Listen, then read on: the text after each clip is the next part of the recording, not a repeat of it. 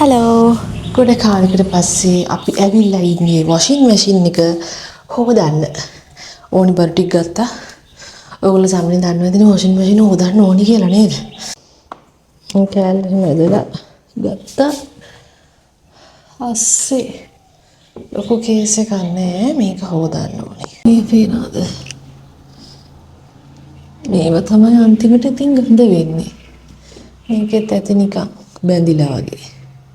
ගොඩක් අය දන්නවා ඇතිනේ මම ටික කාලෙකට වීඩියෝස් හදන එක නැවැත්තුවා කියලා. ඇත්තටම නැවැත්තුවේ නෑ. මට හදන්න වෙලාවක් තිබ්බේ නෑ.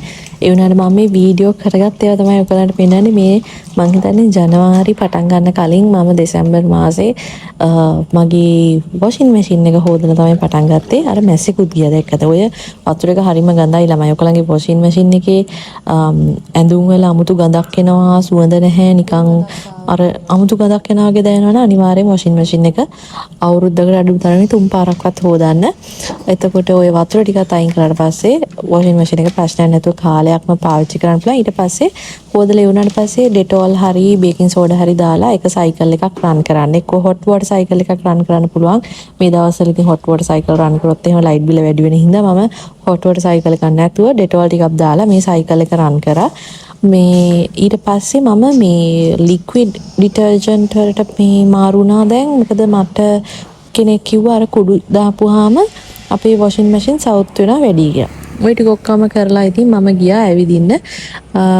මේ අපේ ගෙදර ගාව තියෙන වෝකින් පාත් එක මට මේ ඇවිදින ගමන් හිතෙන්නේ අර ඔය වටේ ඉන්නේ සත්තු එහෙම ඔය සත්තු කිසිම ගාණක් නැතුව ඔහේ ඉන්නවනේ එකම තැන් දිහා බලාගෙන ඔය බලන්න ඔය කොක්කු එහෙම ඉන්න ඔහේ බලාගත්තොත් ඒ බලාගෙන ඉන්නවා මේ සත්තුන්ට කිසිම වගකීමක් එහෙම නැහැනේ කොච්චර ජොලියේ ඉන්නවද කියලා තමයි මම කල්පනා කරන්නේ. හොඳ වෙලාවට ඉතින් අද අවුව තිබ්බේ නැති හින්දා ටිකක් වැඩිපුර ඇවිද ගන්න පුළුවන් වුණා. ඒ ටිකක් කරලා ගෙදර ගිහිල්ලා ඇඟ හොදලා මම ගියා ග්‍රොසරි shopping. වෙනදට යන්නේ සිරිලක්කේකට සිරිලක්කේකට ගියේ මේ පාර ගියේ කීල්ස් එකට අපේ ගෙදර ගාව තියෙන එක එක જાතිය සීසනින් පැකට් තිබ්බහම ඔක්කොම ටික ගෙදර ගෙනල්ලා හදන්න හිතනවා. මේ ගෙදරයි නූඩල්ස් කන්නේ නෑ. ඒ වුණාට මම නූඩල්ස් කන්න ආසයි. ඒ වුණාට මේවා ගෙදර ගෙනිච්චොත් එම් බැලුම් අහ ගන්න වෙන හින්දා මම ඉතින් තියලා හිත හදාගත්තා. දැන් කීල්ස් එකේ එක එක જાතියව තියෙනවා. මේ කොකනට් මිල්ක් ඩ්‍රින්ක්ස් වගේක් තිබ්බා. ඒ ටිකත් මම බීලා නැහැ කවදාවත්. ඒ වුණාට ගත්තේ නැහැ රස නැත්තම් අපරාධනේ අනේ සල්ලි දීලා රස නැති එකක් ගන්න කියලා. ක්‍රැන්බෙරි ජූස් එකකුයි ටිප් එකක් නම් අනිවාර්යෙන් ගන්නවා. සිරිලක්කේගේ මාළු තමයි ගන්නෙ. මෙතන නිකන් බැලුවා ඒ වුණාට සෙට් වුණේ නැහැ. මාළු හරිය නැහැ කියලා හිතලා මට.